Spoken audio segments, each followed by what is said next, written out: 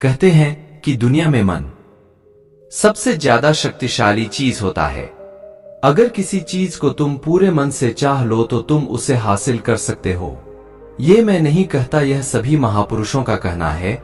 लेकिन अगर यह सत्य है, ये सच है, तो हम जो अपने मन से चाहते हैं वह हमें हासिल क्यों नहीं होता। कोई भी इंसान अपने मन में तो दुख नहीं चाहेगा, लेकिन वो रहता तो दुखी है। हर इंसान अपने मन से तो कामयाब होना चाहता है, खूब पैसा कमाना चाहता है, लेकिन फिर भी वह कामयाब नहीं होता। भला ऐसा दुनिया में कौन इंसान होगा जो अपने मन में यह चाहेगा कि मैं नाकामयाब रहूं या मैं पैसा ना कमाऊं। सोचने की बात है। तो इसमें दो चीज निकलकर सामने आती है। या तो वह महापुरुष गलत थे जिन्होंने यह बात बोली कि मन से चाही हुई चीज हासिल हो जाती है, या फिर हम गलत हैं। आज की वीडियो में जो कहानी बताने वाला हूं उसमें आपको एक ऐसा मंत्र मिलेगा। उसे समझने के बाद आपको एक ऐसा मंत्र का पता चलेगा जिससे आप यह समझ पाएंगे कि अपने मन से कोई भी चीज कैसे करवाई जाती है, मन में किसी भी बात का बीज कैसे बोया जाता है। यह इस कहानी से आपको अच्छी तरह से समझ में आ जाएगा और इससे आप यह भी समझ पाएंगे कि आकर्षण का नियम, लॉ ऑफ अट्रैक्शन, कैसे काम करता है। कहानी छोटी सी है लेकिन बहुत ही गहरी है। इस कहानी में पूरा लास्ट तक बने रहे तो ही आप अच्छे से इस कहानी का पूरा लाभ ले पाएंगे। तो चलिए कहानी शुरू करते हैं और समझते हैं कि मन का मंत्र। एक बार की बात है, एक आदमी के जीवन में सिर्फ दुख ही दुख थे। वह जो भी काम करता उस बेचारे का वह काम पूरा ही नहीं होता। घर में आता तो घर में कलेश बना रहता, किसी से कोई मदद मांगता तो कोई उसकी मदद नहीं करता। ऐसा लगता था कि चारों तरफ से उसके ऊपर दुख का पहाड़ टूट पड़ा है। उसे समझ नहीं आ रहा था कि मैं इन दुखों से कैसे निकल पाऊं। वह दिन रात यही सोचता रहता था कि अपने दुखों से छुटकारा कैसे पाना है। इसी कारण से वह रात में सो भी नहीं पाता था। उसकी आंखों के नीचे बड़े बड़े काले घेरे बन गए थे जो इस बात का प्रतीक थे कि वह आदमी कितना दुखी है और कितना चिंतित है। कभी कभी तो उसके मन में आत्महत्या करने के भी ख्याल आते थे, लेकिन अपने परिवार की चिंता करके वह यह कदम नहीं उठा पाता। वह इतना दुखी हो गया कि उसने निर्णय किया कि वह इन दुखों से छुटकारा पाकर ही रहेगा। इसके लिए चाहे उसे कितनी ही मेहनत करनी पड़े, कुछ भी करना पड़े, चाहे अंगारों पर चलना पड़े, लेकिन इन दुखों से छुटकारा हासिल करके रहेगा। ऐसे ही एक दिन उसने अपने मित्र से पूछा कि मैं अपने जीवन को कैसे सुधारूं। उसके मित्र ने उसे बताया कि तुम किसी बाबा के पास जाओ। बाबाओं के पास ऐसा मंत्र होता है जिससे सारे दुख मिट जाते हैं, जीवन खुशियों से भर जाता है और धन संपदा भी हासिल होती है। तुम किसी ऐसे बाबा को ढूंढ लो, बस तुम्हारा काम बन जाएगा। उस आदमी के मन में यह बात पूरी तरह से पक्की बैठ गई कि अब कोई बाबा ही मेरा दुख दूर कर सकता है। जब भी उसे किसी भी बाबा के बारे में पता चलता तो वह उस बाबा के पास पहुंच जाता, उस बाबा को अपनी समस्या बताता और उससे उसका समाधान पूछता और कहता था कि बाबा मैं कुछ भी करने के लिए तैयार हूं, लेकिन मेरी इन समस्याओं से मुझे छुटकारा दिला दीजिए। आप जो कहेंगे मैं वह करूंगा, लेकिन मेरे जीवन को सुधार दीजिए। बाबा उसे कुछ टोने टोटके बताते थे करने के लिए और बदले में दान दक्षिणा ले लेते थे कि यह टोना टोटका करने के बाद तुम्हारे घर में सुख शांति बनी रहेगी। बस इस टोटके को पूरी विधि के साथ करना। वह आदमी घर लौटकर पूरी विधि के साथ टोने टोटके करने लगा, लेकिन बहुत टोने टोटके करने के बाद भी उसके जीवन में कुछ बदलाव नहीं आया। इसके विपरीत उसका जीवन और ज्यादा दुखी हो गया।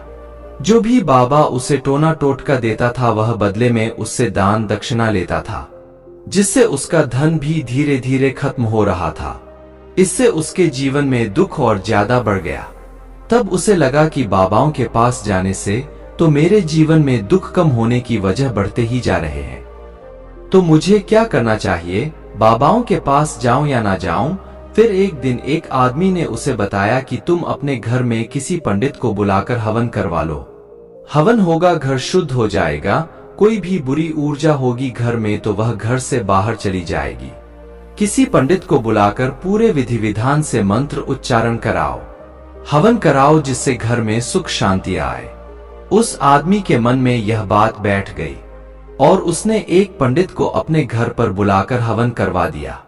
हवन अच्छी तरह से संपन्न हुआ। बदले में पंडित ने भी अच्छी दान दक्षिणा ली और उसके बाद पंडित वहां से विदा हो गया।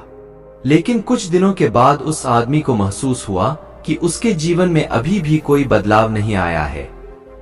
अब वह आदमी पूरी तरह से दुखी हो गया और ज्यादा परेशान हो गया। अब तो उसे लगने लगा था कि मेरे जीवन में से दुख कभी खत्म ही नहीं होंगे, और यही सोच सोचकर उस आदमी का बुरा हाल हो गया था। फिर एक दिन उसे अपने मित्र से एक ऐसे बाबा के बारे में पता चला जो समाधान बताने के लिए कोई दान दक्षिणा नहीं लेता था।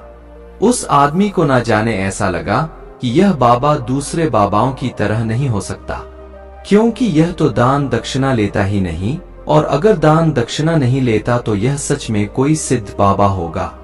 और यही सोचकर वह उस बाबा के पास पहुंच जाता है। जब वह आदमी वहां पर पहुंचता है तो वह बाबा ध्यान में बैठे हुए थे। यह देखकर वह आदमी वहीं पर चुपचाप बैठकर ध्यान से बाहर आने का उनका इंतजार करने लगा। थोड़ी देर बाद बाबा ने आंखें खोली तो सामने एक दुखी और परेशान युवक को बैठे देखा। उसकी आंखों के नीचे काले घेरे देखकर ही समझ गए कि यह आदमी अपने जीवन से कितना परेशान है। उसे संबोधित करते हुए बाबा ने पूछा कि बच्चा, क्या चाहते हो? बाबा के पास क्या लेने आए हो? उस आदमी ने कहा कि बाबा, मैं अपने जीवन से बहुत परेशान हूँ। मैंने इन दुखों को दूर करने के लिए बहुत सारे रास्ते अपनाए, हर वो तरकीब करके देखी जो भी किसी बाबा ने मुझे बताई, हर वो काम किया जो कोई भी इंसान ने मुझसे करने को कहा, लेकिन मेरे जीवन में दुखों में कोई कमी नहीं आई। बाबा, इसके विपरीत मेरे जीवन में दुखों में बढ़ोतरी हो गई है। मुझे समझ में नहीं आ रहा है कि मैं क्या करूं। कभी कभी तो मैं आत्महत्या करने की सोचता हूं, लेकिन मैं अपने परिवार की सोचकर मैं यह कदम नहीं उठाता हूं। मैंने आपके बारे में बहुत सुना है बाबा, और मैं बहुत उम्मीद के साथ आपके पास आया हूं। कृपया करके मुझे कोई ऐसा मार्ग बताएं जिससे मुझे अपने दुखों से छुटकारा मिल जाए। मैं अपने दुखों से छुटकारा पाने के लिए कुछ भी करने को तैयार हूं। आप मुझे कोई भी रास्ता बताएं, चाहे वह रास्ता कितना ही कठिन क्यों ना हो, मैं उसको पार करके रहूंगा। बाबा ने महसूस किया कि यह आदमी तो सच में बहुत परेशान है। बाबा ने उसकी बात सुनकर कहा कि बच्चा, दुखों को दूर करने के लिए मंत्र ऐसे ही नहीं मिलते हैं। मंत्र पाने के लिए कुछ करना पड़ता है। तुम कुछ कर सकते हो। यह सुनकर पहले तो उस आदमी ने सोचा कि यह बाबा भी मुझसे दान दक्षिणा मांगेंगे, लेकिन और कोई रास्ता ना पाकर उस आदमी ने कहा, बाबा, आपको जितना भी दान दक्षिणा चाहिए मैं देने के लिए तैयार हूं, लेकिन आपका मंत्र सच्चा होना चाहिए, वह पूरा होना चाहिए, उसका फल मुझे मिलना चाहिए। उसके बाद मैं आपको जो भी दान दक्षिणा लेना चाहते हो मैं आपको दे दूंगा। बाबा ने कहा, दान दक्षिणा तो बहुत छोटी चीज है, मुझे वह नहीं चाहिए। इस पर वो आदमी सोच विचार करके बोला, तो बाबा, मैं अंगारों पर भी चलने के लिए तैयार हूं, आप मुझे बस आज्ञा दीजिए। बाबा ने कहा कि अंगारों पर चलने वाली छोटी चीज मैं तुमसे नहीं कराने वाला हूं। मैं जो तुमसे कराने वाला हूं वह बहुत कठिन मंत्र है, उसे पूरा कर पाओगे। उसने कहा, बाबा, आप मुझे बताइए तो सही, मुझे करना क्या होगा? मैं कुछ भी करने के लिए तैयार हूं। इस पर बाबा ने उसे कहा कि यहाँ से जब तुम अपने घर जाओ तो रास्ते में अपने मन में यह दोहराते जाना कि मैं सुखी हूँ, मैं सुखी हूँ। आदमी बोला, बाबा, बस इतनी सी बात, यह तो मैं चुटकी बजाते कर लूंगा, लेकिन इससे होगा क्या? बाबा बोले कि इस मंत्र को करके तो देखो, वैसे भी तुमने इतने बाबाओं के मंत्र किए हैं, तो इस मंत्र को भी करके देख लो। उस आदमी ने सोचा कि बाबा कुछ दान दक्षिणा तो ले नहीं रहे हैं, और छोटा सा मंत्र है, इसे तो मैं कर ही लूंगा। वो बोला, ठीक है बाबा, मैं यह मंत्र जरूर करूंगा। और वो आदमी यह कहकर वहां से चलने लगा, लेकिन जैसे ही वह चलने लगा पीछे से बाबा ने बोला कि बच्चा, एक बात याद रखना, जब तुम यह मंत्र अपने मन में दोहराना तो तुम्हारे मन में बंदर के विचार नहीं आने चाहिए, बंदर का ख्याल भी नहीं आना चाहिए, तो ही यह मंत्र सिद्ध होगा। आदमी बोला, मुझे तो आज तक अंदर का कोई विचार नहीं आया, तो अब क्यों आएगा? आप चिंता मत करिए बाबा, मैं बस मन में यही दोहराऊंगा कि मैं सुखी हूँ, मैं सुखी हूँ। इसके अलावा बंदर का कोई भी विचार मेरे मन में नहीं आएगा। यह कहकर वह आदमी वहां से चल देता है। वह अपने मन में मैं सुखी हूँ, मैं सुखी हूँ यह दोहराता हुआ थोड़ी दूर ही चला था कि उसके मन में अचानक बंदर का ख्याल आ गया। बंदर का ख्याल एक बार आया और चला भी गया, लेकिन उस आदमी ने सोचा, आज तक तो मुझे बंदर का कोई भी विचार नहीं आया, यह आज बंदर का विचार क्यों आ गया? और ऐसे करके उसने उस बंदर के विचार को पकड़ लिया और यह भूल गया कि मुझे क्या मंत्र दोहराना है, और वह बंदर के बारे में सोचने लगा। जब थोड़ी देर बाद फिर से उसे होश आया, तो वह फिर से अपना वही मंत्र दोहराने लगा जो बाबा ने उसे बताया था, मैं सुखी हूँ, मैं सुखी हूँ। लेकिन अचानक से उसे एक बंदर दिखाई दिया और यह देखकर फिर से उसके मन में बंदर का विचार उठ गया, और यह देखकर वह इस विचार को बाहर फेंकना चाहता था, और वह चाहता था कि मेरे अंदर किसी तरह से बंदर का विचार ना आए। लेकिन उसे तो सामने बंदर ही दिखाई दे गया। ऐसे ही जद्दोजहद करते करते घर पर पहुंचा, और घर पर पहुंचने के बाद अपनी पत्नी को कहा कि हे बंदरिया, मुझे खाने में बंदर परोस दो। और जब उसे एहसास हुआ कि उसने क्या बोल दिया, तो वह अपने बाल नोचने लगा और दीवारों में सर मारने लगा कि आज तक मुझे बंदर का कोई भी विचार नहीं आया, और आज मुझे यह क्या हो गया है कि मुझे हर जगह बंदर ही बंदर नजर आ रहे हैं।